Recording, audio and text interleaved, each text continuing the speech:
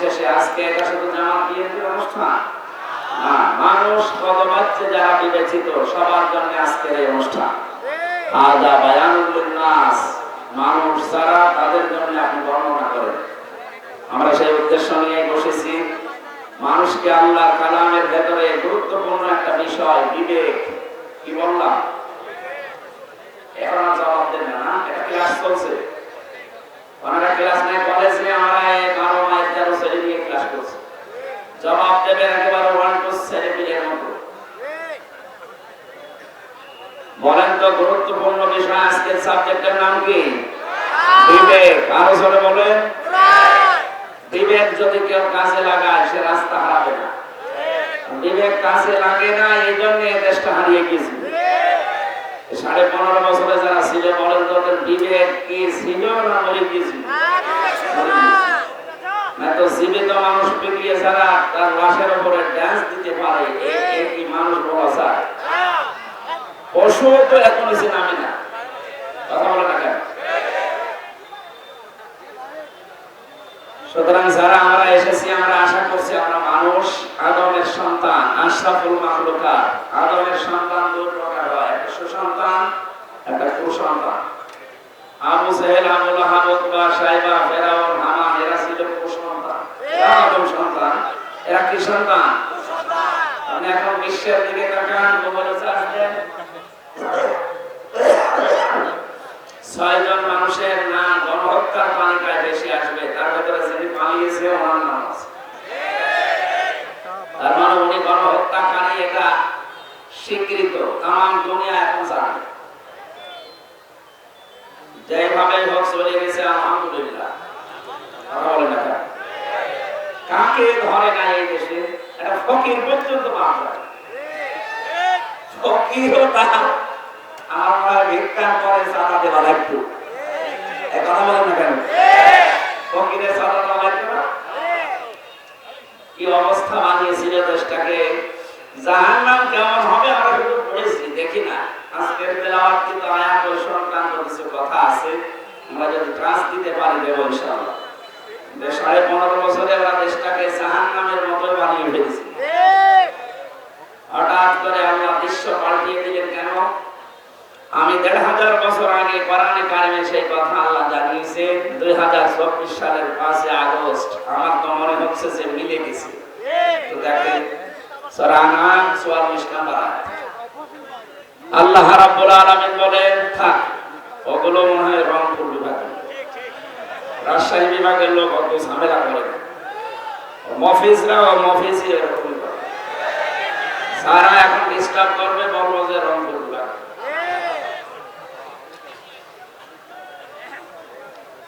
আল্লাহ পাক বলেন, ফালাম্মা নাসুমা যুকিরু বিহি ফাতাহনা আলাইহিম আবওয়াবা কুল্লা শাইইন। যখন মানুষগুলো আমার আদেশ ভুলে গেল, তারা ক্ষমতা নেওয়ার আগেই বলেছিল ক্ষমতায় যেতে যদি পারি মদিনার সনদে দেশ চালাবো। ওরাটা উল্টিয়ে তারা মোদির সনদে দেশ চালিয়েছে। মদিনার সনদ বাদ দিয়েছে, মোদির সনদ উঠেছে।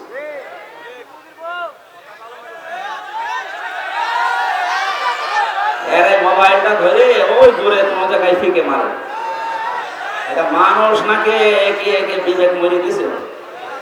হ্যাঁ, মানুষকে ডিস্টার্ব করে খালি।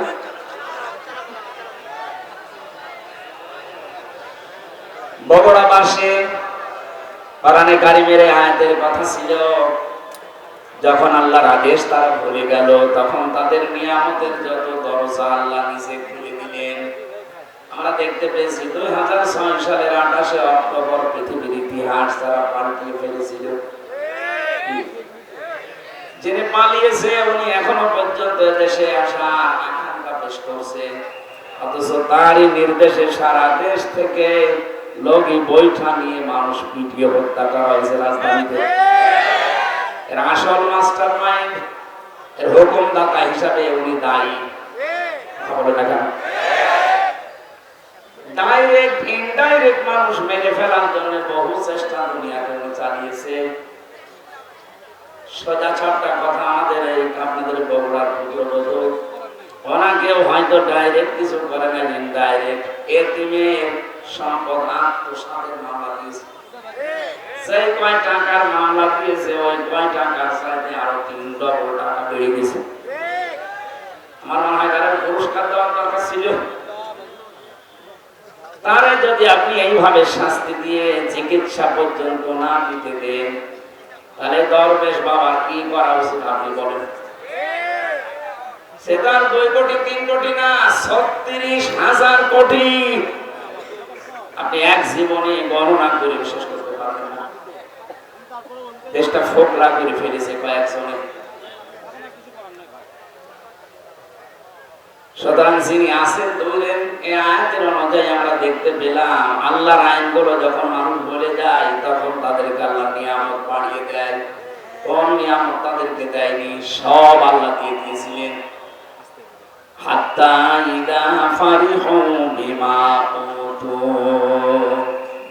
আল্লাহ পাক বলেন এই মানুষগুলো আমার এই নিয়ামত পাওয়ার পরে দানকৃত এই সম্পদ, এই ক্ষমতা, এই প্রভাব প্রতিপত্তি, এই টাকা পয়সা, অর্থ সম্পদ, এই সুস্থতা, এগুলো পাওয়ার পরে ওরা যখন আনন্দে আত্মহারা হয়েছিল, আখাযনাহুম বাগতাতান, হঠাৎ করে আমি আল্লাহ নিজে তাদেরকে ধরলাম। 2024 সালের 5 আগস্টে শুধু ছাত্র জনতা, দেশের জনগণ ওদেরকে ধরে নাই, ধরেছি সরাসরি আল্লাহ। আখাযনাহুম, এর ফাইল কর্তা আল্লাহ সরাসরি নিজে। আল্লাহ যদি না ধরতেন, বিএনপি জামাতের মতো এত বড় বড় দল 15.5 বছরে একটা কিছু করতে পারবে না। এদের জীবন কি কম গিয়েছে? এদের কষ্ট, শ্রম, ঘাম কম যায়নি? আমি এক একজনের মামলার সংখ্যা দেখতাম আদালতে। ওই ফাঁসির কন্ডেন্সের ভেতরে আমার সাথে মাঝে মাঝে দেখা করতে আসতো মানুষ, জিজ্ঞাসা করতে কয়টা মামলা, এক একজন বলছে 313টা, 560টা। সারা জীবন চলে যাবে শুধু হাজিরা দিতে, খালাস পায়। আপনার বিবেক কোন জায়গায় গিয়েছিল বলেন? একটা মানুষের নামে 313টা মামলা দিলেন মানুষ, হ্যাঁ? তার যদি দোষ করে মামলা খান মেনে নেওয়া যায়, কিচ্ছু জানে না, ঘরে শুয়ে আছে, ঘুমের ভেতরে ঘুম ভেঙার পরে দেখছে জেলখানায়। কি গো তুই গাছ দিয়েছিস? কোন সময়? স্বপ্নে। এরকম স্বপ্নে মামলা ছিল না দেশে, হাজার হাজার ছিল। সুতরাং এই অবস্থার যারা সৃষ্টি করেছিলেন, আল্লাহ নিজে বলছেন আমি তাদেরকে তাদের পাপের বোঝা যখন পরিপূর্ণ হয়ে গেছে তখন আমি নিজে তাদেরকে ধরলাম। পাপ তাকান শব্দটা কোরআনে আছে। আকস্মিক ভাবে তাদেরকে এমন ভাবে ধরেছি, ওরা যে দুপুরের খাবার খাবে সে সময়টাও পায়নি। বাঁশি বাজায় কে? ওর পিঠের উপর একটা দিন থাক, যে যেখানে দাঁড়িয়ে আছে বসে আছে থাক, কথা না বললে হবে। কথা বলবেন না ভাই, আমার এমনিতে শারীরিক অবস্থা ভালো না, কথা বলবেন না।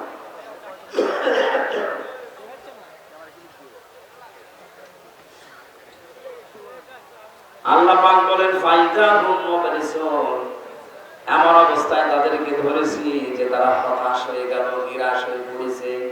এরা যে হতাশ নিরাশ, এদের চেহারার দিকে এখন তাকালে আপনি টের পাবেন।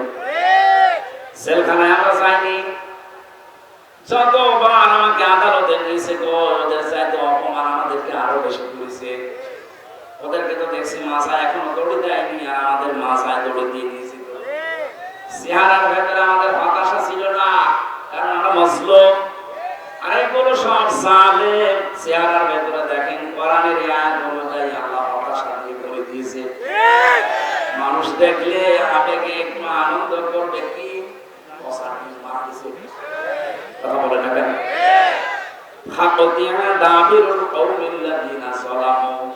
আল্লাহ পাক বলেন জালেমদের শিকল কেটে দেওয়া হয়ে গেছে। সুতরাং এখন যারা আশা করে আছেন যে না মা আসতেছে, এই আশা বাদ দেন, কারণ জালেমদের শিকল কেটে দিয়েছে কে? আল্লাহ। কিন্তু এই 8-9 দিনে আমরা কিছু ষড়যন্ত্র দেখতে পাচ্ছি যারা পালিয়ে গেছে এরা এখন বাইরের বিভিন্ন মডেলের কাছে ধারণা দিচ্ছে, আর এই মিথ্যা কথাটা তারা জানাচ্ছে যে আমরা নির্বাচিত ছিলাম, আমাদেরকে উৎখাত করা হয়েছে। এটা তাহা মিথ্যা কথা। 15.5 বছরে যারা ছিল ওরা যে নির্বাচিত ছিল এই কথা শয়তানকে বললে সেও বিশ্বাস করবে না। আপনি বলেন, ঘোড়াকে জিজ্ঞাসা করেন, ঘোড়া আসবে, কথা বলবে। কারণ নির্বাচিত হওয়া লাগে যে পদ্ধতিতে, আল্লাহ সে পদ্ধতি কোরআনে কারিমে সূরা হজের 78 নম্বর আয়াতে দিয়েছেন, হুয়া জিতাবাকুম, আল্লাহ বলেন আমি তোমাদেরকে নির্বাচিত করি লক্ষ লক্ষ নবীর উম্মত থেকে, তোমাদেরকে আমি আল্লাহ নিজে নির্বাচিত বাছাই করেছি। তাহলে নির্বাচিত করার দায়িত্ব কার? আল্লাহ। পদ্ধতি কি? না, কথা বলতে হবে, যত জরুরি হোক 1 ঘন্টা পর মাইকের আওয়াজ আরো বাড়িয়ে দেবে, আমার গলা বসে যায় না।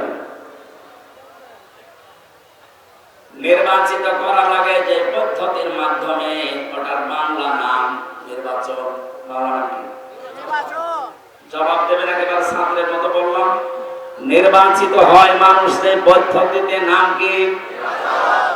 আপনি একেবারে নিরপেক্ষ দৃষ্টিতে দিয়ে বলেন তো 15.5 বছর নির্বাচন হয়েছে, আপনি কেন এই মিথ্যা কথা শোনাচ্ছেন? কাদের স্বীকৃতি আবার পেতে চান? সারা দুনিয়া জানে যে আপনি নির্বাচন ছাড়া ছিলেন, কারণ 154 জন নির্বাচনের আগে ঘোষণা হয়েছে। কথা বলেন না কেন? দিনের ভোট আপনি রাতে করে নিয়েছেন, কিভাবে বলেন যে আমি নির্বাচিত ছিলাম? একটা হাসি মানুষ এত বড় মিথ্যা কথা আপনি বলতে পারলেন? আপনার মেয়ে আপনার ছেলে যদি বলতো আমরা কিছু মনে করতাম না, কারণ তারা মিথ্যা বলে। একটা হাসি মানুষ হয়ে মিথ্যা বলে, তাম দুনিয়ার মানুষ কি মনে করবে? হাসি মনে হয় মিথ্যা বলে।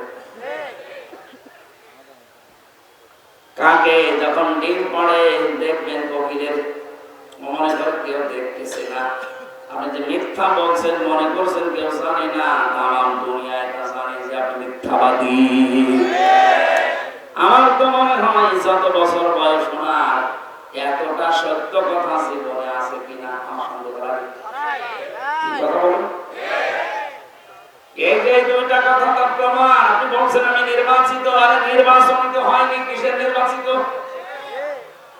বাংলাদেশে যে নির্বাচন হয়নি, আমার সাথে বসে ছিল সেখানে আমার মাঝে মাঝে এসে বলতো হুজুর দেখেন তো তওবা হয়েছে কিনা। কিভাবে তওবা করবে? এই যে নির্বাচন গেল, কোন দায়িত্ব ছিল ফেনি নুসরাত মামলা, নির্বাচনের রাত 12টার পর থেকে আমার যা দলবল আছে এদেরকে সাথে নিয়ে আমি আল্লাহর নামে ভোট কাটা আরম্ভ করলাম। হ্যাঁ, এটা তোমার সাথে অসাধ্য, এইভাবে বলছি আমি আল্লাহর নামে ভোট কাটলাম। ফজর পর্যন্ত কাজ শেষ করার পরে এটা জমা দিয়ে দিলাম বাক্স, গোসল করলাম, ওযু করার পরে 2 রাকাত নামাজ পড়লাম। এবার আমি নামাজ শেষ করে বললাম আস্তাগফিরুল্লাহ, হুজুর আমার তওবা হয়েছে। আপনি তো আল্লাহর কাছে দোষ করেননি যে আস্তাগফিরুল্লাহ পড়বেন, আপনি দোষ করেছেন হামজার কাছে। এটা বলছেন একটা এমপি বানাতে হলে 3.5 লাখ থেকে 4 লাখ মানুষের রায় লাগে, ভোট লাগে, আর আপনি সব একটা একাই দিয়ে দিলে না বছর মধ্যে আমি আস্তাগফিরুল্লাহ বললাম।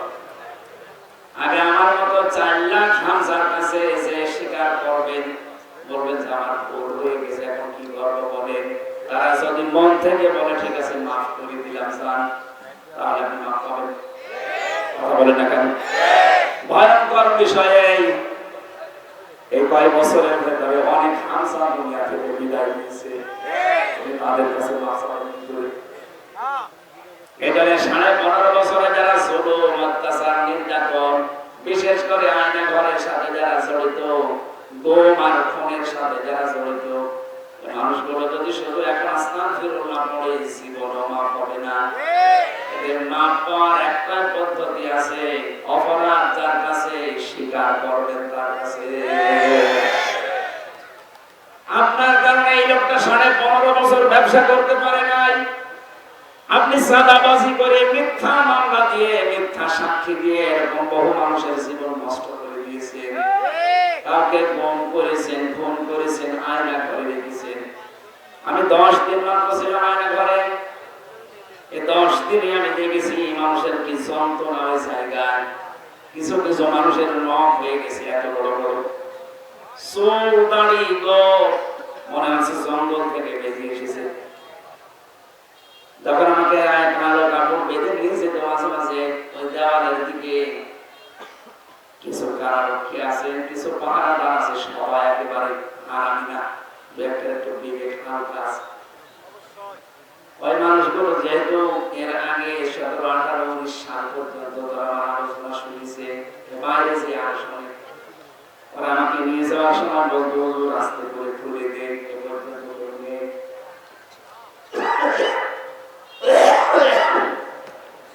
মাটির নিচে সুরঙ্গ ঘর দিয়ে যখন নিয়েছে, এত বড় বড় নখ হয়ে গেছে, দেওয়ালের সাথে খুশিয়ে খুশিয়ে মোবাইল নাম্বার দিয়ে নিচে লিখে দিয়েছি, ভাই যদি মাইরে যেতে পারেনি নাম্বারে বলবে যে আমি বেশি আছি। আপনি কি করেছেন টের পাচ্ছেন? আপনি যদি মেরে ফেলতেন, ইলিয়াস আলীকে ধরার পরেই যদি আপনি মেরে ফেলে বলতেন তাকে মেরে ফেলেছি, তার বউ অন্তত অন্য জায়গায় বিয়ে করতে পারত। বলেন কেন? তার ছেলে ওই ছোট্ট ছোট্ট মেয়েগুলো জানতো যে বাবা মারা গেছে, এখনো পর্যন্ত আপনি জানালেনও না যে লোকটা মেরে গেছে, অথচ তাকে বহু আগে আপনি মেরে ফেলেছেন। এইরকম এটা আমার মনে হয় মানুষ হত্যার চাইতে বড় অপরাধ। এদেশে কিয়ামতের আগে যারাই আসবে, এই গম নামক এত বড় মানবতা বিরোধী কাজ যেন কিয়ামত পর্যন্ত তুলে দেয়। আপনি মেরে ফেলেন একটা মানুষকে তার অপরাধের জন্য, আপনি গম করবেন কোন কারণে? কত ক্ষতি হয় জানেন এটা? আমার 10টা দিনের ভেতরে আমার বাবা মা স্ত্রী আমার 2টা মেয়ে পাগল হয়ে গেছে। 10 দিন মাত্র। মুফতি ফখরুল আমার সাথে ছিল, উনি আমাকে বলতো, ভাই হামজা তোমার সাথে কি করে আমি জানি না, আমার এই পায়ের ভেতরে হাত দিয়েছে, এভাবে বসিয়ে পায়ের ভেতরে হাত দিয়ে সামনে যে লোহার ব্যারিকেড দেওয়া আছে ওর সাথে হাত বেঁধে হ্যান্ড কাপ দিয়ে লাগিয়ে দেয়। আরে ভাই 2 মিনিট, 5 মিনিট, 10 মিনিট না, বছরের পর বছর। কাউকে আমি 8 বছর, 10 বছর, 14 বছরের মানুষ দেখেছি।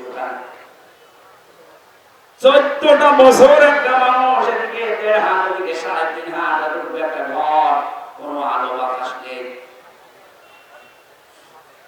একটা মানুষ জানে না যে এটা কোন বছর কোন সাল চলছে, কি মাস এটা, কি বার এটা, কোনটা মাসে, ওর কিচ্ছু জানা নেই। 2-5 দিন 10 দিন থাকলে তো মানুষ পাগল হয়ে যাওয়ার কথা। আমি তো প্রায় পাগল হয়ে গিয়েছিলাম, অথচ আপনি আসেন 14 বছর। আমার মনে হয় এই দেশের 18 কোটি মানুষকে মানুষ যদি চিনি পালিয়ে গেছে ওনাকে মাফ করে দেয়, ব্যারিস্টার আরমানের বউ জীবনও মাফ করবে না, ইলিয়াস আলীর বউ জীবনও মাফ করবে না। আপনি ওই জায়গায় থাকলে বুঝতে পারবেন কি করেছেন। এই কঠিন অবস্থাগুলো আপনি তৈরি করলেন, আর এখন বলছেন আস্তাগফিরুল্লাহ, আল্লাহ আমাকে মাফ করে দেন। আল্লাহর কাছে আপনি অপরাধ করেছেন, আপনি অপরাধ করেছেন আমাদের কাছে। কথা বলেন ঠিক কিনা? যাদের কাছে অপরাধ করেছেন, যদি সত্যি আপনি জালেম হয়ে থাকেন, আপনি নিজেও জানেন আপনি জালেম কিনা। অপরাধ যার কাছে স্বীকার করবেন তার কাছে। কিভাবে স্বীকার করবেন? যে বলবেন যে ভাই আমার মাফ হয়ে গেছে, ভুল হয়ে গেছে, না, এই 15.5 বছরে তার যে বিশাল ক্ষতি করে ফেলেছেন, ওই ক্ষতি পূরণ আগে তাকে দেবেন। কথা বুঝতেছেন? আমার যে 3টা বছরে আমার বাবার কাছ থেকে প্রায় 30 লাখের উপর আপনি টাকা নিয়েছেন বিনা কারণে। এই যে কয়েকদিন আগে মামলা আমার সব খারিজ হয়ে গেল, আদালত কর্তৃক প্রমাণিত যে আমার কোনো দোষ নেই, আমি নির্দোষ।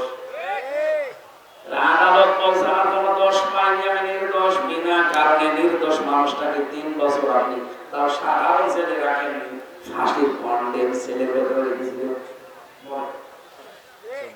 আমি তো ওই ধরনের অপরাধ করেছিলাম, ওখানে তো রাখা লাগবে যে মানুষগুলো মারার মামলার আসামি, কেন আপনি আমাকে ওখানে রাখলেন?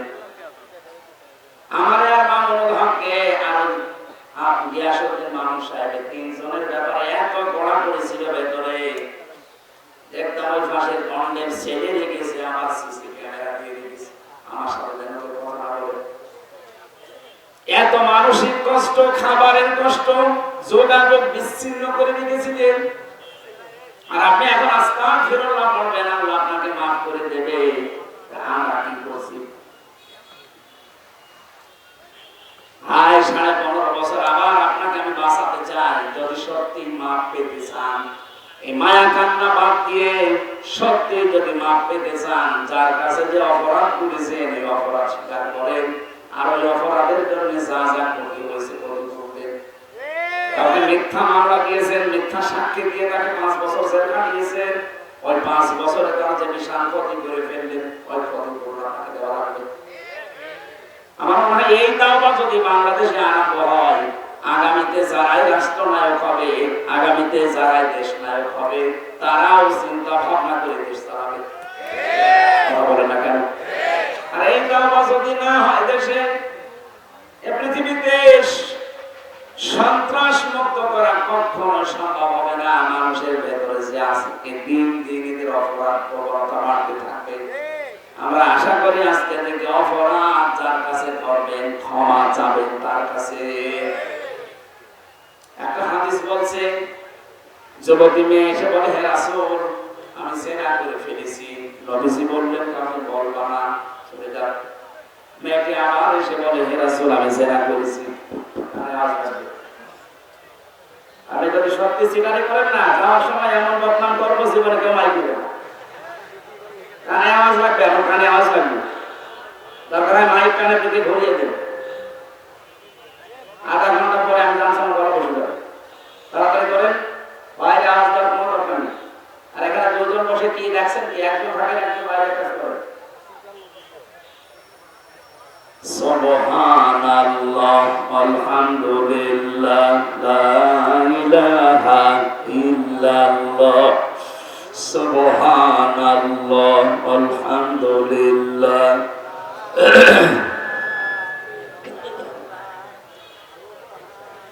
আমি জিকির করতে বলেছিলাম, আমার মুখ বন্ধ করে বসে আছে, নাকি জবান বন্ধ করে দিয়েছিলাম? সুবহানাল্লাহ আলহামদুলিল্লাহ লা ইলাহা ইল্লাল্লাহ লা ইলাহা ইল্লাল্লাহ মুহাম্মাদুর রাসূলুল্লাহ। আল্লাহুম্মা সাল্লি আলা সাইয়্যিদিনা মাওলানা মুহাম্মাদ ওয়া আলি সাইয়্যিদিনা মাওলানা। বগুড়াবাসী নবীজি 3বার মেয়েটাকে ঘুরিয়ে দিলেন। মেয়েটি আবার সামনে এসে বলে, হে রাসূল, আমাকে মুক্ত করেন, আমি জেনার গোনা নিয়ে মারা যেতে চাই না। আমি জানি 3টা অপরাধের শাস্তি মরণের পরে ডবল করে আল্লাহ দেবে। কয়টা? আর জোরে বলেন। ওয়াল্লাযীনা লা ইয়াদউনা মা'আল্লাহি ইলাহান আখারা। 1 নম্বরে দুনিয়া যারা আল্লাহর সাথে অন্য কাউকে ডাকে তাদের শাস্তি ডবল হবে। আল্লাহর সাথে যারা অন্য কাউকে ডাকবে এদের শাস্তি হবে ডবল। ওয়ালা ইয়াকতুলুনা নাফসাল্লাতী হারামাল্লাহু ইল্লা বিল হক। যারা অন্যায়ভাবে মানুষ হত্যা করে। 2024 সালের আগস্টের 5 তারিখের আগ পর্যন্ত 3732 জন মানুষ মারা গেছে সরকারি জরিপে। এদের একটা আপনি দলিল দিতে পারবেন কোন কারণে মারলেন এদের? এই যে মানুষ হত্যার সাথে যারা জড়িত ছিলেন, টপ টু বটম প্রত্যেকের শাস্তি ডবল হবে। কথা বলেন না কেন? মানুষ হত্যার সাথে যারা জড়িত তাদের বাঁচার জন্য একটাই পদ্ধতি আছে, তাদের মেরে ফেলা লাগবে। এটা আমি বানিয়ে বললাম? সূরা বাকারার 178 নম্বর আয়াতে আছে, এটা কিসাসের বিধান আল্লাহ এমনিতে দেয়নি, দুনিয়ার ভারসাম্য রক্ষা করার জন্য আল্লাহ এটা দিয়েছেন।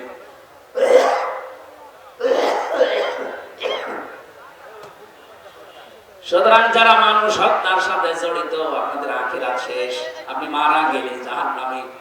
ওমাই ইয়াকতুল মুমিনা মুতাআম্মিদান ফাজাযাউহু জাহান্নাম। সূরা নিসার 93 নম্বর আয়াত। আল্লাহ বলেন যারা মানুষ হত্যা করে তাদের 1 নাম্বার শাস্তি জাহান্নাম। কি জাহান্নাম? বলেন বলেন জাহান্নাম। আপনার আখিরাত তো শেষ। দুনিয়ায় যদি আপনি বৈধভাবে এখন বেঁচে থাকতে চান, যারা এই 3732 জন মানুষ হত্যার সাথে জড়িত, ফাইনাল কথা তাদের মেরে ফেলা লাগবে। কোনো বুদ্ধি নেই আর। 3 নম্বরে ওয়ালা ইয়াসনুন, জিনা করবা না। যারা দুনিয়ায় জিনা করে এই মানুষগুলোর শাস্তি কয়টা? বলেন বলেন। মেয়েটি বলছে হে রাসূল আমি জিনা করে ফেলেছি, গর্ভবতী হয়ে গেছি। বিশ্ব নবী বললেন তোমার অপরাধ হয়েছে, কিন্তু বাচ্চাটার অপরাধ নেই। ওটা আগে খালাস হোক, খালাস হওয়ার সঙ্গে সঙ্গে আসবো, আমি বিচার করে দেব। যে এসেছে বলে হে নবী এই যে আমার বাচ্চা, আপনি আমাকে মুক্ত করেন অপরাধ থেকে। বগুড়াবাসী আমার কথা হচ্ছে, মেয়েটা আরবি ভাষার লোক, আরব দেশের।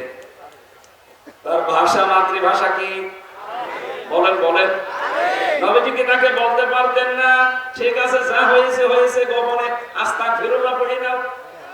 আর তাকে কি আস্তাগফিরুল্লাহ মুখস্থ করানো লাগতো?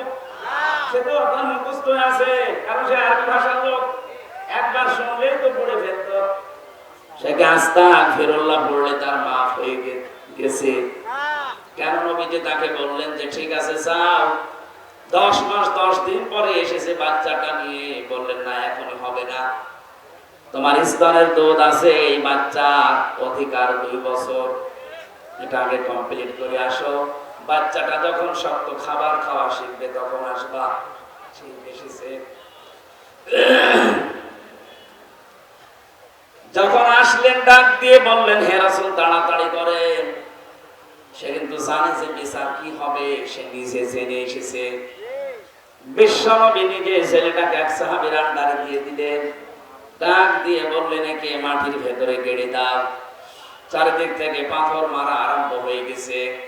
হযরতে খালিদ ইবনে ওয়ালিদ বলেন এত জোরে একটা পাথর নিক্ষেপ করলাম, এটা ফিনকি দিয়ে রক্ত এসে আমার শরীরে লেগেছে। আমি বরদোয়া দিয়েছিলাম, ভৎসনা দিয়েছিলাম। নবীজির কানে কথাটা যাওয়ার পরেই বিশ্বনবী বললেন খালিদ থামো, আমি নবী, তুমি নবী না, আমি যা জানি তুমি জানো না। আমি যা দেখতে পাই তুমি দেখতে পাও না। আমি দেখতে পেয়েছি আজরাইল 70,000 ফেরেশতা নিয়ে আকাশ থেকে নাযিল হয়ে আমাকে বলছে হে রাসূল এই মহিলার যে তাওবা, এর যে অনুশোচনা, এর যে কর্মকাণ্ড দেখিয়ে গেল দুনিয়ায়, এমন ভাবে যদি কোন জালেম তাওবা করে যেতে পারে আল্লাহ তাকেও maaf করে দেবে। কি বুঝলেন আপনি এই ছোট্ট স্টোরি থেকে? শুধু অপরাধ করে আস্তাগফিরুল্লাহ পড়লে যদি maaf হয়ে যেত, আস্তাগফিরুল্লাহ পড়লে আপনার জীবনে যে গুনাহগুলো আল্লাহর সাথে ঘটেছে, আল্লাহর অধিকার নষ্ট করেছেন, ওইগুলো maaf হবে। আপনি সব সময় এজন্য পড়বেন ইস্তেগফার, আস্তাগফিরুল্লাহ আস্তাগফিরুল্লাহ। কিন্তু তাওবা যদি কেউ করতে চান, তাওবা করলে জীবনের অপরাধ শুধু maaf হয় না, ওই জায়গাটা আল্লাহ পুরা ফাঁকা করে দেয়, বাকি জায়গাটা আমার আল্লাহ পুরা নেকি দিয়ে পাল্টিয়ে দেয়। ইল্লা মান তাবা ওয়া আমানা ওয়া আমিলা আমালান সালিহা ফাউলাইকা ইউবাদদিলুল্লাহু সাইয়্যাতিহিম হাসানাত। দুইটাই বহু বছর।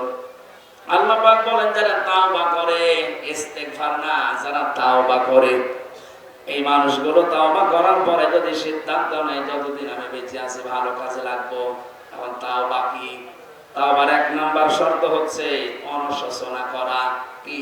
অনুশোচনা করা। 2 নম্বরে আপনি অপরাধ যার কাছে করেছেন তার কাছে যে স্বীকার করতে হবে, স্বীকৃতি দেওয়া লাগবে। এটা যদি আল্লাহর সাথে সম্পৃক্ত হয় আল্লাহর কাছে বলবেন, যদি বান্দার সাথে সম্পৃক্ত হয় বান্দার কাছে বলা লাগবে।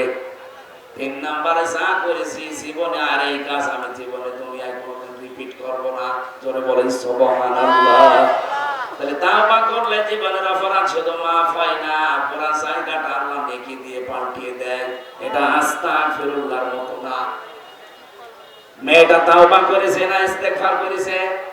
তাওবা বলেন বলেন।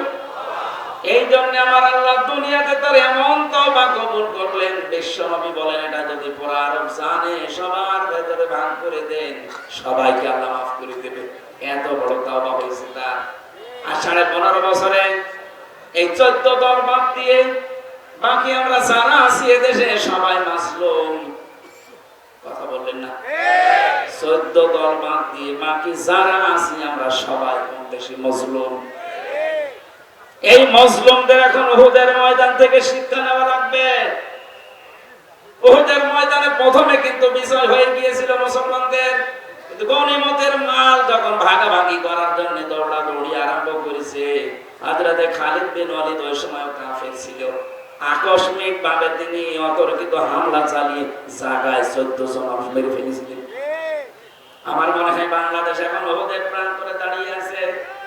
আমরা যে বিজয়টা পেয়েছি, এই মাসলুম মানুষগুলো যদি এখনো পর্যন্ত মায়ের পেটের সন্তানের মতো আমরা সিমেন্টেড হয়ে যেতে না পারি, ওরা কিন্তু এখনো পেতে আছে। দেখেন না, মাঝে মাঝে বলে আমি কাছাকাছি আছি, শর্ট করে ঢুকে পড়বো, এমনি বলে। ওরা ওই খালিদ বিন ওয়ালিদ যখন কাফের ছিল, যে ভূমিকা ছিল ওরা ওই ভূমিকা পালন করার জন্য আছে পেতে। এখানে মাঝে মাঝে নতুন নতুন ইস্যু তৈরি করে পাঠায়, আর দেশের কিছু মানুষ আছে ওরা আন্দাজে লাফিয়ে পরিবেশ নষ্ট করে। পরিবেশ নষ্ট করে করবে কি, পেছনে লাল হয়ে যায়। কথা বলছে না কেন? যে গোপালগঞ্জে আরম্ভ করেছিল, ওই সময় কয়েকদিন শুনলাম বাসের ভাড়া গোপালগঞ্জ থেকে ঢাকা পর্যন্ত যদি আপনি দাঁড়িয়ে যান 1000 টাকা, আর বসে গেলে 500 টাকা। কারণ বসার মতো কায়দা আর্মি ওদের রাখে না। কথা বলে ঠিক কিনা? এখানে আহ্বান জানাচ্ছি, পালিয়ে যে গেছে এই দুনিয়ার ইতিহাসে এটাই বলে 850 বছর আগে ওনার দাদা পালিয়েছিল, লক্ষণ সেন। কথা বলে ওনার দাদা বললাম কেন আমার ফাঁসি চাই, বইটা পড়েন, দেখেন ওনার জন্মের ইতিহাস লেখা আছে।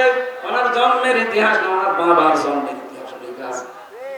আমি মেজর ডালিম বলছি, বইটা পড়েন। আমি 5 তারিখের পরে এই কয়েকটা বই আমি সব আগা গোড়া শেষ করে দিয়ে গেছি। আল্লাহ, আমরা ভাবি কি আর আসলে হয়েছে কি? আমরা যে মুসলমান বললেই হবে? এই জন্য বলছি 850 বছর আগে ওনার পরদাদা দাদা যারা পালিয়েছে, লক্ষণ সেন সেই রাস্তা ধরে পালিয়ে গেল। পৃথিবীর ইতিহাস পুরা পাল্টিয়ে দিয়েছে। 350 জন এমপি একবারে পালিয়ে যায়। সারা পৃথিবীর 257টা রাষ্ট্রে আমি পাইনি, বাংলাদেশ দেখলাম।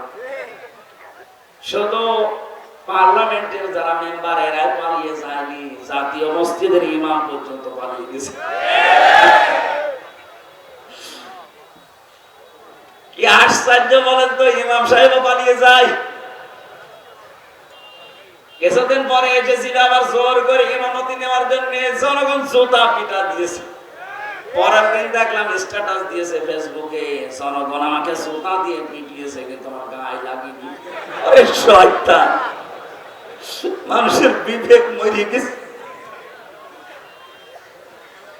মানুষটা কত নিচে নেমেছিল বলেন। দুনিয়ার স্বার্থে এই লোকটা নৌকা মার্কা নিয়ে দাঁড়িয়েছে। আমার মনে হয় লোকটা যদি কুকুর মার্কায় দাঁড়াতো তাও পাস করত। কারণ মার কাটা আল্লাহ এত বেশি ঘৃণিত বানিয়ে দিয়েছে, পায়খানার দিকে মানুষ এখন তাকায়, তাও নৌকার দিকে তাকায় না। তাকায় এখন চড়া লাগবে মাঝে মাঝে বন্যা বলে। এই কারণে যারা এখন চড়তে যায় তারাই ধরা খায়। এই যে দরবেশ নৌকায় করে পালিয়ে যাচ্ছিল, সাবধানে জন্য নৌকা যখন ডুবে গেছে ও ছাতা আর মনে হয় কিয়ামতের আগে উঠবে না। কারণ দুনিয়ার ইতিহাসে এটাই আমরা পড়েছি, কোন স্বৈরাচার যদি একবার পালিয়ে যায় ও জীবন থাকতে আর ফিরে আসে না। কারণ ও জানে আমি গেলেই মারা পড়ে যাব। জনগণ যেভাবে খুশি আছে, ওই দিন যদি আর 5 মিনিট সময় পেত, আমার মনে হয় এতদিন কপ করে পাঠিয়ে দিত। হায়াত আছে বলে বেঁচে আছেন, কিন্তু সারা জীবনে এখন যতদিন আছেন অপমানের জীবন নিয়ে থাকা লাগবে। আমাদের আমাদের শিক্ষা নেওয়া দরকার এখান থেকে, আমরা যেন জালেম হয়ে না যাই কোনোদিন। যদি আমরা কেউ জুলুমকারী হয়ে যাই, মাজলুমকে আল্লাহ তো ক্ষমা করে দেবে, কিন্তু জালেমের জন্য আল্লাহ নিজে মামলা দেবে। এটা আছে সূরা শুরা 25 নম্বর পারা 6 নম্বর পৃষ্ঠার 12 নম্বর লাইনের 42 নম্বর আয়াতের প্রথম অংশে আছে, ইন্নামাস সাবিলু আলাল্লাযিনা ইয়াজলিমুনান নাস। অবশ্যই আমি আল্লাহ নিজে মামলা দায়ের করব তাদের বিরুদ্ধে যারা মানুষ হয়ে মানুষের উপরে জুলুম করেছে। 15.5 বছরে যে জুলুম হয়েছে এটা ওয়াজ করা লাগবে আরো জোরে। সুতরাং 1628টা চেয়ার ছিল এই দেশে, মেন চেয়ার শাহ আলম ভাইয়ের চেয়ার না, এই চেয়ার না। যিনি পালিয়েছে তাকে থেকে শুরু করে থানার শিবগঞ্জের ওসি পর্যন্ত 1628টা চেয়ার ছিল মেন দায়িত্ব পালন করার জন্য বানিয়েছি। কে বলছে? প্রশ্ন আসতে পারে তাহলে আমার দোষ কি?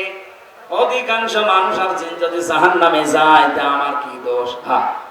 এখানে আল্লাহ 3টি ইন্দ্রিয় শক্তির কথা দিয়েছেন, যাদের ভেতরে 3টা আছে যদি কাজে না লাগে সে জাহান্নামে যাবে, যার কাজে লাগবে সে জান্নাতি। একেবারে কাটছাট সহজ কথা।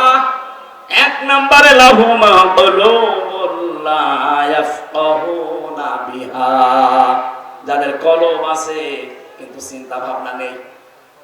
এটা আপনাকে বিবেক আল্লাহ দিয়েছেন, কিন্তু বিবেকটা আপনি কাজে লাগান না। বিবেক কাজে লাগাতে পারলে আপনি রাস্তা হারাবেন না, রাস্তা পেয়ে যাবেন। একেবারে গোড়াতে শিকড়ে আল্লাহ হাত দিয়েছেন আমাদের। হালাতা আলাল ইনসানি হাইনুম মিনাদ দাহরি লাম ইয়াকুন শাইআম মাযকুরা। আল্লাহ পাক বলেন, হামজা একটু কি খেয়াল করো না, বিবেকটা কাজে আমার লাগে না যে তুমি জন্মের আগে উল্লেখ করার মতো কিছু ছিলে না।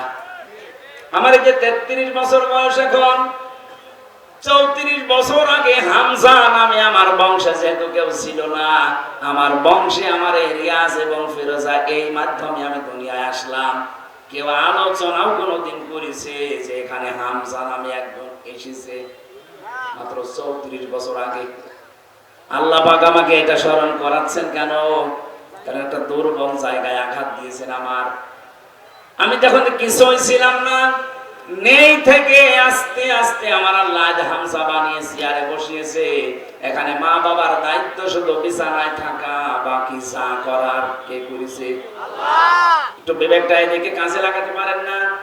আল্লাহ আমাদের একটা স্মরণের মাধ্যম দিয়েছেন এইভাবে, ফালিয়ানজুরিল ইনসানু মিম্মা খুলিক খুলিকা মিম্মা দাফিকিন ইয়াখরুজু মিন বাইনিস সুলবি ওয়াত তারাইব। মানুষকে একটু নজর করে দেখে না যে কি দিয়ে তারে বানালাম। বাবার স্ফলিঙ্গ দিয়ে দ্রুত গতিতে বের হয়ে যাওয়া পানিটা দিয়ে, যেটা একবার বের হলে শরীর থেকে গোসল ফরজ হয়ে যায়, যে পানির ছাড়া পৃথিবীর কোন মার্কেটে 4 আনাও দাম নেই। কথা বলবেন না, কেউ ফ্রি দিলে আপনি নেবেন না। এরকম একটা না পাক দুর্গন্ধযুক্ত পানি দিয়ে আল্লাহ আমার অস্তিত্ব আরম্ভ করলেন। আল্লাহ পাক বলেন, এই পানিটা যখন মায়ের রেহেমের ভেতরে যায়, বাবার মাকে দিয়ে আমি আল্লাহ এই 2টা না পাক পানি এক জায়গায় 8টা জিনিস বানাই। চুল, রগ, হাড় আর পর্দা, রক্ত, গোশত, চর্বি আর চামড়া। বিজ্ঞান ভিত্তিক আলোচনায় যখন তাফসীর গুলো আমি মিলিয়েছি দেখেছি, এই 8টা জিনিস এক। আল্লাহ পাক বলেন, মানুষ বানাতে কমপক্ষে 13টা উপাদান লাগে। 13টা বিষয় এক জায়গায় না হলে দুনিয়ায় আপনি আসতে পারবেন না, আসলেও অপূর্ণাঙ্গ হয়ে আসবেন। 8টা নয়, আপনার মা আর বাবা 2 জন একটা নিয়ে বানালেন, বাকি 5টা এখনো 13 হতে কয় লাগে? 5টা আমার আল্লাহ নিজের রব নামের কারণে দিয়েছেন। ওয়াজআলা লাকুমুস সামআ ওয়াল আবসারা ওয়াল আফইদা। আল্লাহ বলেন, শ্রবণ শক্তি, দর্শন শক্তি, বাক শক্তি, আকেল শক্তি আর ঘ্রাণ শক্তি। এর ভেতরে যদি একটাও তোকে কম দিতাম, দুনিয়ায় আসতে ঠিক কিন্তু অপূর্ণাঙ্গ হয়ে। যদি বাক শক্তি না দিতাম কথা বলতে পারতে না। বিজ্ঞান এখন প্রমাণ করছে কয়েক ইঞ্চি জায়গায় মানুষে কথা বলে, এক একটা কথা তৈরি হতে 27টা ধাক্কা লাগে। কয়টা? আপনি কম্পিউটার ভেড়াবেন, আমি তা দেখিয়ে দিতে পারবো। 27টা স্তর পার করার পর একটা কথা তৈরি হয়। পৃথিবীর কেউ আপনাকে এই কথা বলার যোগ্যতা দেয়নি। দিয়েছে কে? আল্লাহ। দুঃখজনক হলো সত্য, এই 15.5 বছরে আল্লাহর এই বাক শক্তি জালেমরা কেড়ে নিয়েছিল। ওরা বন্ধ করে দিয়েছিল আমাদের কথা বলার যোগ্যতা। কথা বললেও বলতে পারতাম না। কথা বলে না কেন? কথা তো বলবো আমার মনে যেটা আছে, যেটা বৈধ কথা ওইটা, অথচ আমাদের কণ্ঠ নালিছে ভিতরটুক। আমরা চাই কিয়ামতের আগে আমাদের এই বাক শক্তি কেউ যেন রুদ্ধ করে দিতে না পারে। কথা বলুন। আমার এই অধিকার আমার আল্লাহ দিয়েছেন, আপনি কেন বন্ধ করলেন? কোরআনে কারিমে আল্লাহ যত বড় বড় রহমতের কথা তিনি জানিয়েছেন, তার ভেতরে 4টার কথা সবচাইতে বেশি জানিয়েছেন। 1 নম্বরে আর রহমান আল্লামাল কোরআন খালাকাল ইনসানা আল্লামাহুল বায়ান। আল্লাহ পাক বলেন, আমি যে রহমান, আমার দয়া দেখতে চাও, পৃথিবীর সবচাইতে বড় দয়া কোরআনে কারিম তোমাদেরকে দেওয়া। লক্ষ লক্ষ নবী পাঠিয়েছিলাম দুনিয়ায়, কোন নবীকে আমি আল্লাহ কোরআন দেইনি, তোমাদেরকে দিয়েছি। এটা আমার বড় নিয়ামত। এটাই শুধু না, আমি তোমাদেরকে মানুষ বানিয়েছি। মায়ের পেটের ভেতরে আমি আল্লাহ নিজে তোমাদের মানুষ বানিয়ে শেষ করে দেইনি, কথা বলার যোগ্যতা দিয়েছি। এই যে কথা বলতে পারা কত বড় নিয়ামত। এই আয়াতের ব্যাখ্যায় হাদিস এসেছে, বিশ্বনবী জানিয়েছেন, বিজ্ঞান তো বলেছে 27টা স্তর পার করা লাগে। নবীজি বলেছেন প্রতিটি স্তরে একটা একটা করে আল্লাহর ফেরেশতা বসে আছে। এর কাছে ও, ওর কাছে এ, এর কাছে এ, এভাবে সিরিয়াল আকারে দিতে দিতে সর্বশেষ আমাদের এই মুখের গর্ত দিয়ে একটা কথা আল্লাহ বের করে দেয়। ধাক্কা লাগে কয়টা? 27। বলেন বলেন। আপনাকে যদি এই শক্তিটা আল্লাহ বাক শক্তি না দিত, বাকি 4টা দিত, তাহলে আপনি আসতেন কিন্তু বোবা হয়ে কথা বলতে পারতেন না। আরে ভাই, এইটার জন্য তো কিয়ামত পর্যন্ত সেজদায় পড়ে থাকার কথা। দর্শন শক্তি আল্লাহ আমাদেরকে দিয়েছেন, আলাহুম আ'য়ুনুল লা ইউবসিরুনা বিহা। কি হয়েছে? চোখ দিলাম তোদেরকে, কেন দেখিস না? যেটা দেখার দরকার মানুষ ওটা দেখে না, যেটা দেখা দরকার না, নিষিদ্ধ, ওইটার দিকে মানুষের চোখ বেশি। বলুন, তো কন্ট্রোল করা যায় না নিজেকে। আজ কত মানুষ নিজের বৈধ স্ত্রী বাদ দিয়ে পরকীয়া প্রেমে 180 মাইল বেগে লাইন চালাচ্ছে। নাকি এলাকা শুরু হয়নি? নিষিদ্ধ বস্তু দেখতে দেখতে চোখের পর্দা কালো হয়ে গেছে। যেটা দেখা দরকার না ওইটা যদি কেউ বারবার দেখে, আমার আল্লাহ চোখের উপরে 2টা জিনিস দান করে, তার বৈধ জিনিসগুলোর প্রতি ঘৃণা জন্মিয়ে যায়।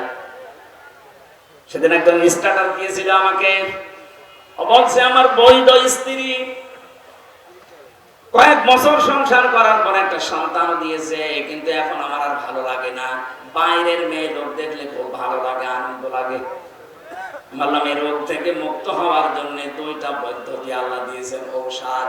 এখানে যাদের এরকম অভ্যাস আছে, নিজের জায়েজ স্ত্রী এখন আর ভালো লাগছে না, বাইরেরটা দেখলেই কেমন জানি আকর্ষণ তৈরি হয়, নাকি এলাকায় নেই? যদি এরকম মন মানসিকতা কারো তৈরি হয়, উলঙ্গ অর্ধ উলঙ্গ নাচ দেখলে আনন্দ লাগে, তাদেরকে আপনি কোরআনে কারিমের ঔষধ 2টা বলছি। সূরা নূর 18 নম্বর পারা 12 নম্বর পৃষ্ঠা 7 নম্বর লাইনের 30 নম্বর আয়াত। তো বাড়ি যে আয়াতটা একটু তাফসীর করবেন।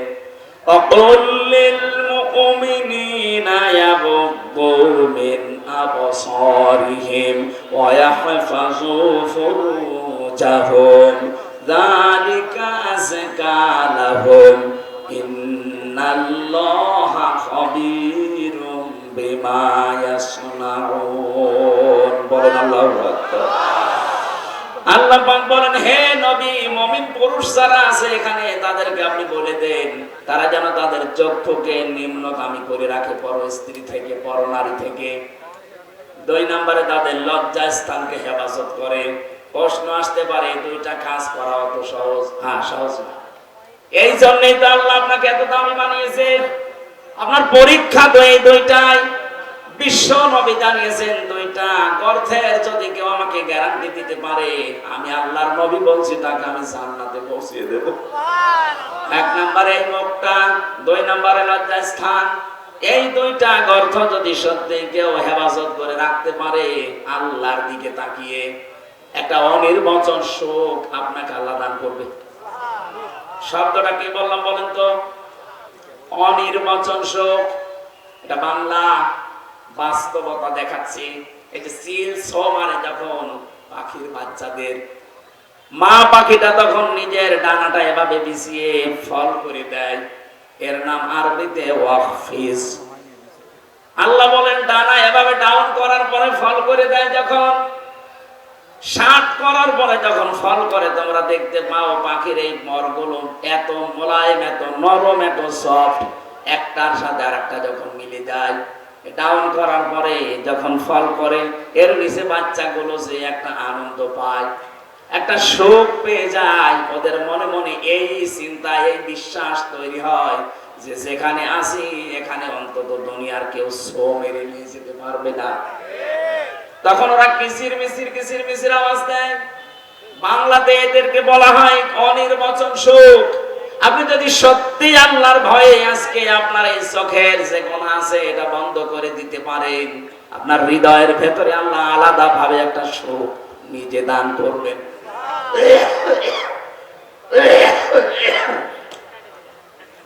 বগুড়াবাসী এই জন্য এখনই এই মুহূর্ত থেকে মাহফিল যদি সাকসেস করতে চাই, শুধু সুন্দর করে সাজানোই না, এটা বাড়ি নিয়ে যাওয়া লাগবে। যাদের মোবাইলে এমন দৃশ্য তৈরি করা আছে, ডিলিট করেন। যেটা নিচে দেখলে আনন্দ পান, অন্য দেখলে আপনার লজ্জা লাগে। এরকম দৃশ্য নেই? কথা বলছেন এখানে?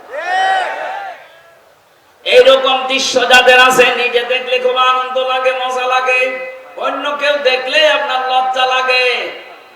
এটা ডিলিট করবেন। কারা কারা হাত তোলেন তো? এই মুরব্বি, দেখি মোবাইল দেখি, দেখি কি আছে, দেখি। কি আশ্চর্য! দাঁড়িয়ে এলাম মানুষ, কি রেখেছেন আপনি মোবাইল? এক্ষণে ডিলিট করেন। করেন, আপনার ওয়াজ শুনতে আসাচ্ছে, উল্টা পাল্টা জিনিস ডাউনলোড করে আপনি ওয়াজ শুনতে এসেছেন, এক্ষণে ডিলিট করে বাড়ি যাবেন। আল্লাহ আমাদের চোখের হক আদায় করার জন্য কয়েকটা জিনিস কোরআনে কারিমে আমাদের সামনে এনে দিয়েছেন।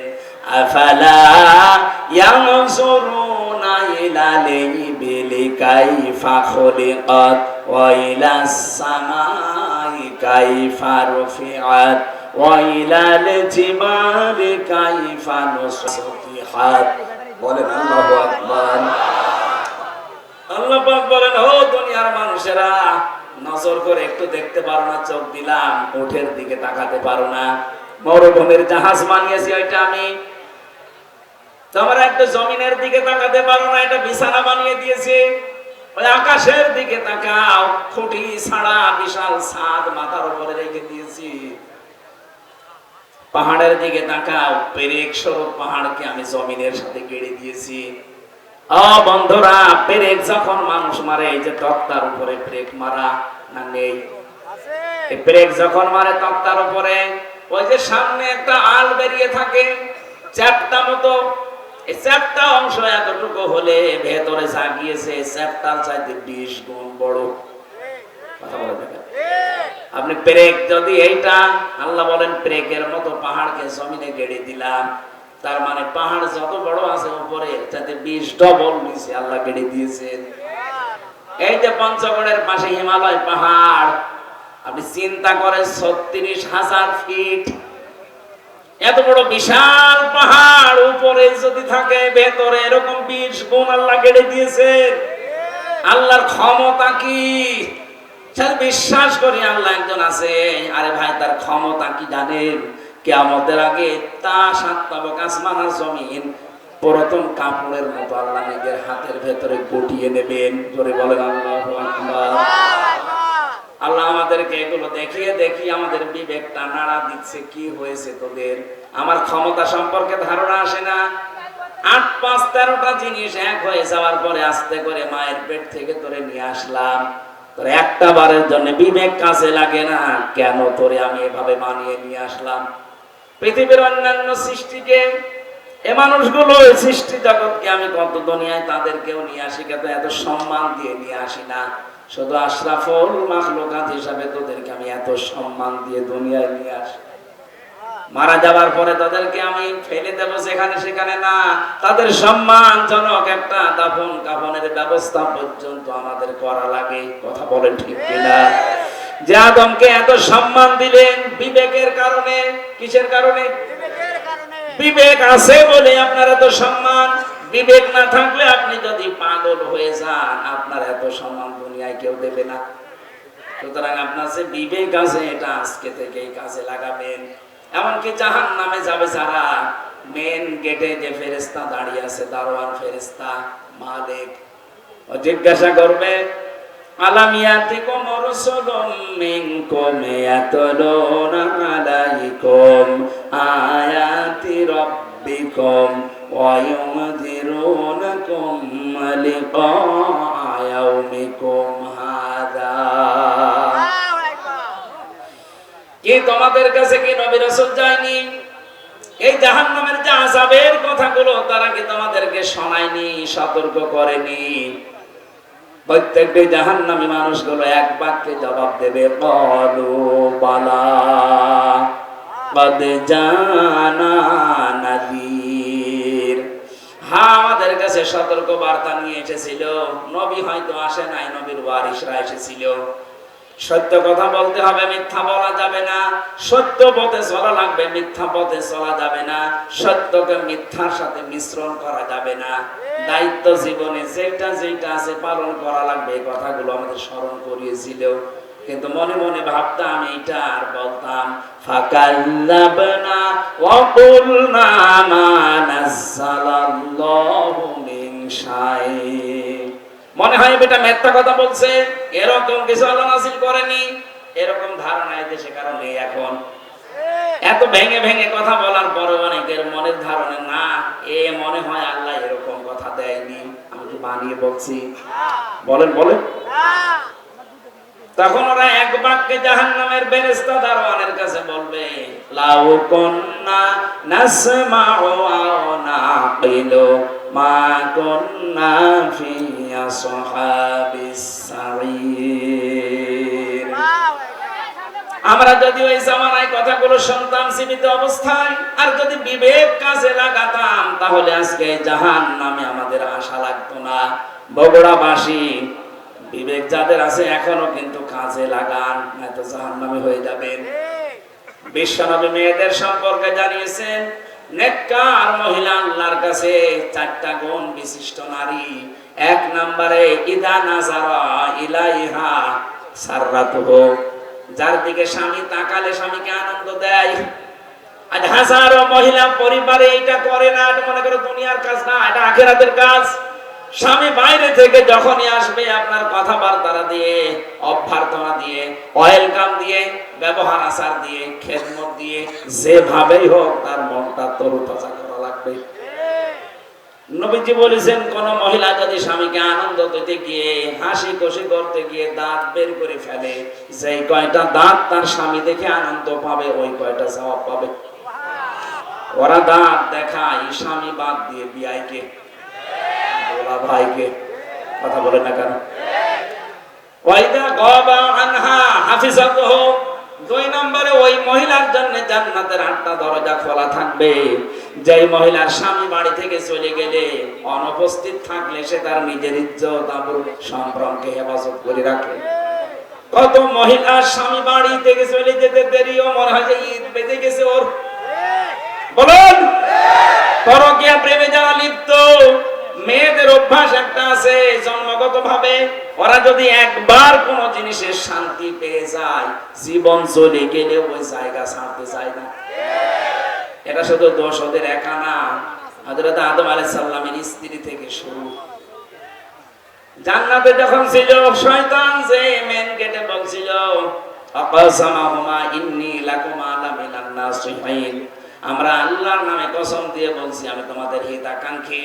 গোপন ভিত্তিতে সংবাদ পেয়েছি যে আল্লাহ তোমাদেরকে আরামের শান্তির জায়গায় বেশি দিন রাখবে না, তোমাদের তাড়িয়ে দেবে। হযরত হাওয়া আলাইহিস সালাম আগে পেছনে চিন্তা না করে মনে করলেন কি এত বড় আরামের জায়গায় থাকতে পারবো না, মানে বলছে কি করা লাগবে তাই বলেন, যা করা লাগে আরামের জায়গায় থাকতে আমি তাই করব। শয়তানের জন্য টার্গেট নিয়েছিল মহিলাকে, কাকে বলেন বলেন? মেয়েদের চক্রান্ত যে কত ভয়ঙ্কর, জান্নাত থেকে পর্যন্ত আমাদের চলে আসা লেগেছে। 15.5 বছরে মেয়ে লোকের চক্রান্ত আপনি দেখতে পেলেন না?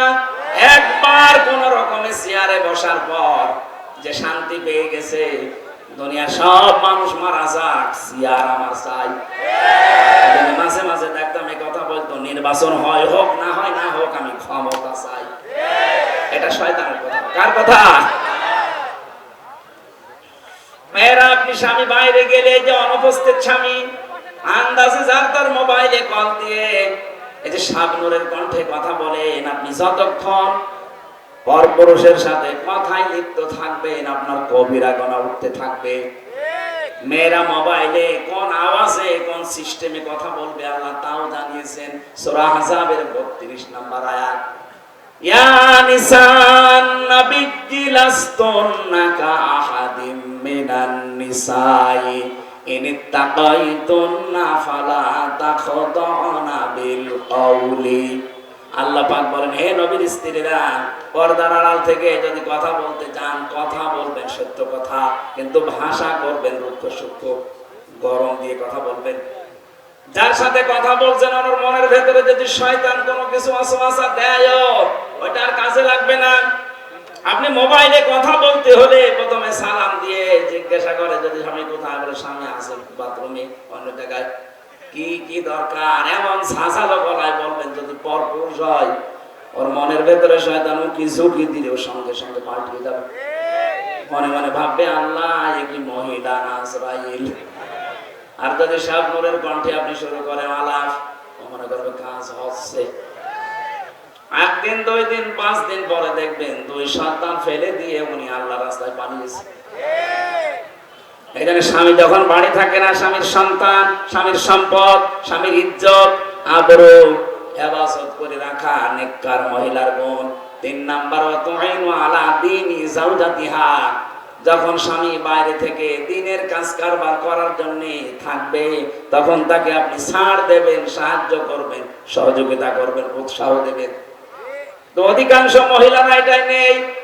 দিনের কাজে, মানবতার কাজে 10টা মানুষের কর্মসংস্থান তৈরি করার জন্য স্বামী কাজ করছে, আপনি তার উৎসাহ দেবেন। আরো কথা বলে দেখেন, একটা মসজিদ বানিয়ে দিলে কয়জন মানুষ নামাজ পড়বে?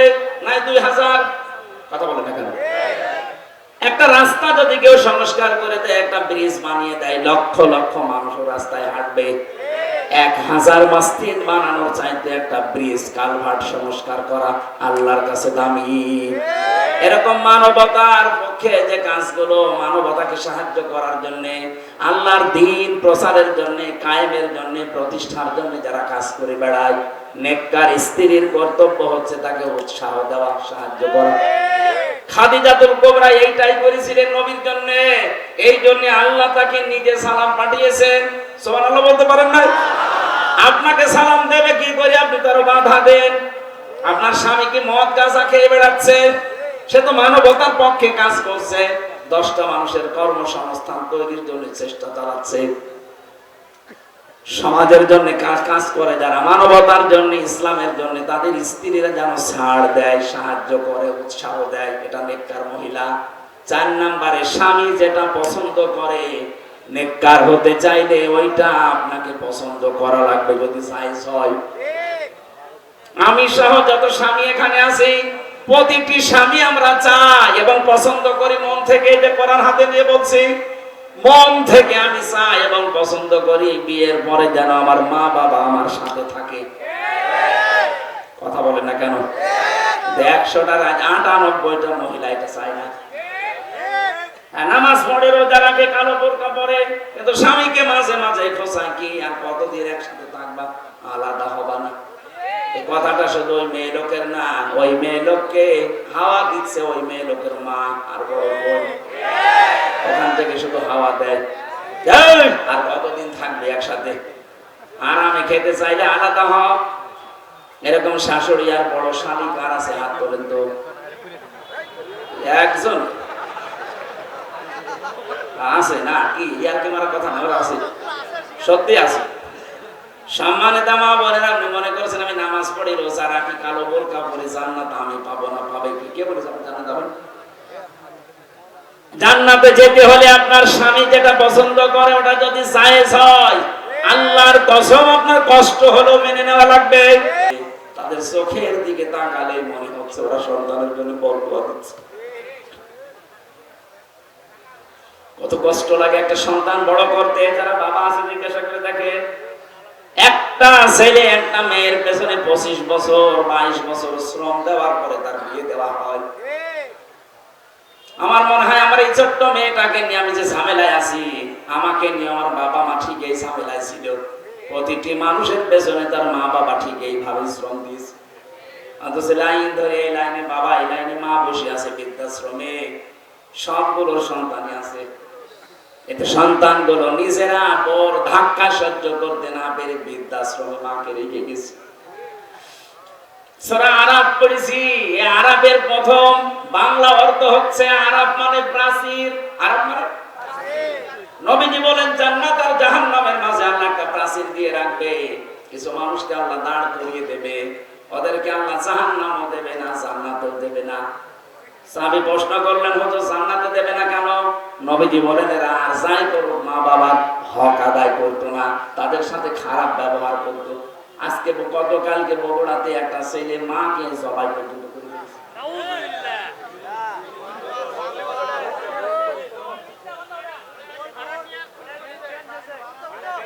সে যেই হোক ছড়িয়েছে তো এই সংবাদ।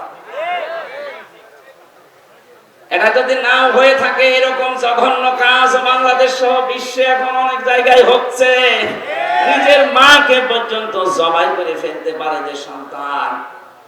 আমার মনে হয় আরাফ নামক প্রাচীরে অলরেডি দাঁড়িয়ে আছে। সাহাবী বললেন, হুজুর ওরা জাহান্নামে যায় না কেন? বিশ্বনবী বলেন ওদেরকে আল্লাহ জাহান্নামে দিচ্ছে না কারণ ওরা দুনিয়াতে দিন কায়েমের জন্য চেষ্টা করত। সুতরাং আপনার জীবনের মেন টার্গেট বানাবেন আল্লাহর দ্বীনকে করে জমিনে কায়েম করা যায়। সে যেভাবেই হোক, পদ্ধতি যদি এই দুনিয়াতে আল্লাহর পাঠানো সিস্টেমের বাইরে যায়, ওই পদ্ধতি মানা যাবে না, যেটা সিএমপিরা করে না। ইসলাম কোনদিন এই পৃথিবীতে জঙ্গিবাদ, সন্ত্রাসী, বোমা হামলা এটা সমর্থন করে নাই, করবেও না।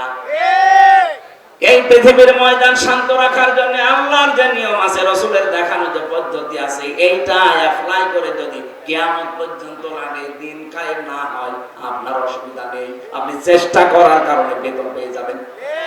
কথা বলেন না কেন? আমাদের চেষ্টা থাকা লাগবে কি করে আলাহুল খালক ওয়াল আম, এই জমিন আল্লাহ বানিয়েছে, কি করে আল্লাহর জমিনে আল্লাহর দ্বীন এখানে দাঁড় করানো যায়। এটা আমি করতে পারলে ভালো, না করতে পারলো আমার লস নেই। আমার বিকাল 5টা মানে জীবনের শেষ দিনে আল্লাহ আমাকে বেতন দিয়ে দেবে, আর আমার বেতনের নাম জান্নাত। বেতনের নাম কি? জান্নাত। এজন্য আমাদের বিবেকটা আজকে আমাদের কাজে লাগানোর সময়। দুনিয়াতে যাদের বিবেক কাজে লাগে না, কোরআনের ভাষায় সূরা আনফাল 22 নম্বর আয়াত, ইন্না শাররাদ দাওয়াবি ইনদাল্লাহিস সাম্মুল বুকুমুল্লাযীনা লা ইয়াকিলুন। দুনিয়াতে যাদের বিবেক কাজে লাগে না, আল্লাহ বলেন হে নবী ওদেরকে মানুষের মতো দেখতে মনে হলো জানোয়ারের চাইতেও খারাপ। আমি বারবার বলছি কেন শব্দটা, কারণ 15.5 বছরে যারা ছিল একটারও বিবেক কাজে লাগে নাই। আমরা যদি বিবেক ন্যূনতম কাজে লাগতো, বিনা ভোটের এমপি হয়ে আপনি বুক ফোলাতে পারতেন না? আপনার লজ্জা করতো না? জনগণ আমাকে নির্বাচিত করে না, আমি পরিচয় দিই করে যে আমি এমপি। বিবেক কোথায় গিয়েছিল? উপরে পোশাক করেছিল বিবেকে। সারা দুনিয়া ধিক্কার দিয়েছে 15.5 বছর, এরপরও মাটি কামড়িয়ে সিয়া ধরে পড়ে আছে। আল্লাহ এত বড় লাথি দিয়েছে, এখন আদালতে নিতে গেল, দেখি লাথি খাই। কয়েকদিন আগে ইনো একটা লাথি খেয়েছে না? শুধু ওরে না, যারা জালেম ছিল প্রত্যেককে লাথি দেওয়া দরকার। এগুলো তো দুনিয়ার লাথি, আখিরাতের লাথি পড়িয়াছে। ফেরেশতারা ওদেরকে ভোট বলের মতো পিটাবে। জালেম আমরা কোনোদিন যেন না হয়ে যায়। আল্লাহুম আযানুল্লাহ ইয়াসমাউনা বিহা, যেগুলো শোনার তোমরা শোনো না। কি হয়েছে? কান দিলাম, শুনতে চাও না কেন?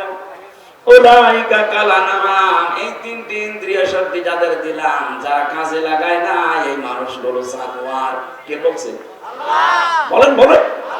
আপনি নিজেকে এবার নিজে প্রশ্ন করে দেখেন তো, আল্লাহ আপনাকে বিবেক দিয়েছে, চোখ দিয়েছে, কান দিয়েছে, যাদেরকে দেয়নি তাদেরটা বাদ দিলাম, কিন্তু যাদের দিয়েছে আপনি কি জবাব দেবেন? এক অন্ধ আমার সাথে খাবার খাচ্ছিল, এটা কুমিল্লা। হঠাৎ দেখে বিদ্যুৎ চলে গেল, আমরা চিল্লা পাল্লা আরম্ভ করেছি। অন্ধ আমার হাত চেপে ধরে বছর বছর চিল্লান। মাত্র 1.5 মিনিট 2 মিনিট কারেন্ট চলে গেছে, আপনি চিল্লাচ্ছেন। অথচ আজ 42 বছর আমার জীবনে কারেন্ট নেই। আল্লাহ যদি চোখটা সত্যি আপনাকে না দিত, কি হইতো বলেন তো আপনার জীবনে? কত লাতি গোতা, কত মানুষের অপমান অপদস্থ সহ্য করা লাগবে। এখানে কাজে লাগান। এটা যদি দেখার শক্তি পেয়েছেন, শোনার শক্তি পেয়েছেন, বিবেকটা আল্লাহ দিয়েছে, পাগল বানায়নি। সত্যি যদি কাজে লাগাতে না পারেন, আপনি আল্লাহর কাছে জানোয়ার। আল্লাহ বলেন বালহুম আদাল, তার চাইতেও তুই আমার কাছে নিকৃষ্ট। উলাইকা হুমুল গাফিলুন, তুই গাফিল। আর গাফিলের জন্য আল্লাহর বানানো বাগান জান্নাত নেই। মেয়েদেরকে যে 4টা কথা বললাম, যখনই স্বামী আপনার দিকে নজর দেবে, স্বামীকে খুশি করবেন। স্বামী বাইরে গেলে হেফাজতে রাখবেন নিজের লজ্জা স্থান, নিজের সন্তান, স্বামীর সম্পদ। 3 নম্বরে স্বামীকে সাহায্য করবেন, মানবতার কাজে, দিনের কাজে উৎসাহ দেবেন। 4 নম্বরে স্বামী যেটা পছন্দ করে, যদি জায়েজ হয়, কষ্ট হলে ওটা সাপোর্ট করবেন। আল্লাহ মেয়েদের এই 4টা গুণ যদি অর্জন হয়, নবীজি বলেন জান্নাতের 8টা দরজায় আল্লাহ তার জন্য উন্মুক্ত করে রাখবে। আজকে আমাদের জীবনে আল্লাহ যেন পুরাটা সেট করে দেয়, বলেন আমিন। কিভাবে আল্লাহ বানিয়েছেন আমাদেরকে, আমি রেফারেন্স ছাড়া জেলখানায় বসে বসে বই তৈরি করেছিলাম। বাইরে এসে ওগুলো রেফারেন্স দিয়ে দিয়ে ছেড়েছি। ওই যে গাড়িতে আছে সৃষ্টি জগতের সূচনা, মেয়েদের জীবন সম্পর্কে লেখা আছে, ছেলেদের আছে। যাওয়ার সময় ওটা আপনার স্ত্রীকে, মেয়েকে, বউকে, ফুফুকে ওদেরকে উপহার দেবেন। ওই যে গাড়ি আছে মনে হয় গেটে আছে, ওগুলো যাওয়ার সময় নিয়ে যায়। আজকের মতো কালকে যেহেতু অনুষ্ঠান আছে, আরো বড় মাওলানা আসবে, আজিজুল ইসলাম ভাই। আমি দোয়া করে শেষ করছি, ওটা যাওয়ার সময় নিয়ে যান। আল্লাহুম্মা আমিন। লা ইলাহা ইল্লা আনতা সুবহানাক ইন্নী কুনতু মিনাজ জালিমিন। রব্বুল আলামিন 2 দিন ব্যাপী তাফসীরুল কোরআন মাহফিলের প্রথম দিনে বগুড়া শিবগঞ্জের কিচকের এই মাটিতে আমরা হাত তুলেছি। যত মানুষ আমরা কোরআনের কথাগুলো এই 1.5 ঘন্টা পর্যন্ত শুনলাম, আমাদেরকে মাফ করে দাও। আলোচনা সওয়াবগুলো নবীজির রওজায় পৌঁছিয়ে দাও। মা বাপ যারা হারিয়ে ফেলেছে, আল্লাহ মা বাপকে ক্ষমা করে দাও। রব্বুল আলামিন বগুড়ার মাটি মানুষের সন্তান শহীদ রাষ্ট্রপতি জিয়াউর রহমানকে কবরে তুমি মাফ করে জান্নাত দিয়ে দাও। তার স্ত্রী অসুস্থ, আল্লাহ শেফায়ে কামিলা আজিলা নসিব করে দাও। তার ছোট সন্তান তা দুনিয়া থেকে বিদায় নিয়েছে, আল্লাহ তার কোকো ভাইয়ের কবরকেও জান্নাত বানাও। রব্বুল আলামিন শ্রদ্ধাভাজন বড় ভাই জনাব তারেক জিয়া, এই মাটির সন্তান, নির্বাসিত হয়ে আছে নিজের দেশ থেকে, কতটা বছর পাড়ি জমিয়ে প্রবাসে পড়ে আছে। আল্লাহ তাআলা সম্মানের সাথে, ইজ্জতের সাথে এই দেশের সন্তান এই দেশের মাটিতে ফিরিয়ে দাও। কোরআনে কারীম দিয়ে দেশ চলছে, এটা দেখে মরার সুযোগ করে দাও। মাহফিলের প্রধান অতিথি অধ্যক্ষ মীর শাহ আলম, আল্লাহ তাআলা এ নামের ভেতরে যেটা লুকিয়ে আছে তাকে তুমি ওই জায়গায় পৌঁছিয়ে দাও। জনগণের খেদমত করার জন্য আশা আকাঙ্ক্ষা পেশ করেছে। তোমার ইলমে জানা আছে তার দ্বারা কি হবে, মানবতার কাজ হবে, ইসলামের কাজ হবে, তোমার জানা থাকে। আল্লাহ তুমি তাকে বিজয় করে দিও। সম্মানিত সভাপতি মাহফিলের যে 2 জন আলেম, আল্লাহ বিশেষ করে আমার আফসার ভাই, জনগণের দায়িত্ব তাকে দিয়েছিলে, সামনে যেন তুমি তাকে সঠিকভাবে দায়িত্ব পালন করার সুযোগ করে দিও। মা বোনদেরকে 4টা গুণে গুণান্বিত হওয়ার তৌফিক দাও। জালেমের জেলখানায় 3টা বছর বড় অসুস্থ হয়ে পড়েছি আমি, আল্লাহ আমাকে তুমি আগের অবস্থায় স্বাভাবিক অবস্থায় ফিরিয়ে দাও। কোরআনের কথাগুলো সহজ সরল ভাষায় বলার মতো যোগ্যতা আমাকে ভিক্ষা দাও। এই এলাকায় মাটির নিচে কত মানুষ ঘুমিয়ে আছে, কোরআনের ইজ্জতে আল্লাহ তুমি মাফ করে দাও। জেলখানায় আমার পার্টনার শ্রদ্ধাভাজন বড় ভাই জনাব মিয়া নুরুদ্দিন আপু, আল্লাহ তার সন্তানের জন্য দোয়া চেয়েছে, ছেলেটাকে কবুল করো, তার শরীরকে তুমি সুস্থ রাখো আল্লাহ। বহু সাহায্য করেছে জেলখানার ভেতরে আলেমদের, আল্লাহ তাআলা এই ওসিলায় তাকে তুমি মাফ করে দাও। বারাকাল্লাহু লানা ওয়া লাকুম ফিল কোরআনিল আযীম। মরণ আসলেই যেন বলতে পারি লা ইলাহা ইল্লাল্লাহু মুহাম্মাদুর রাসূলুল্লাহ।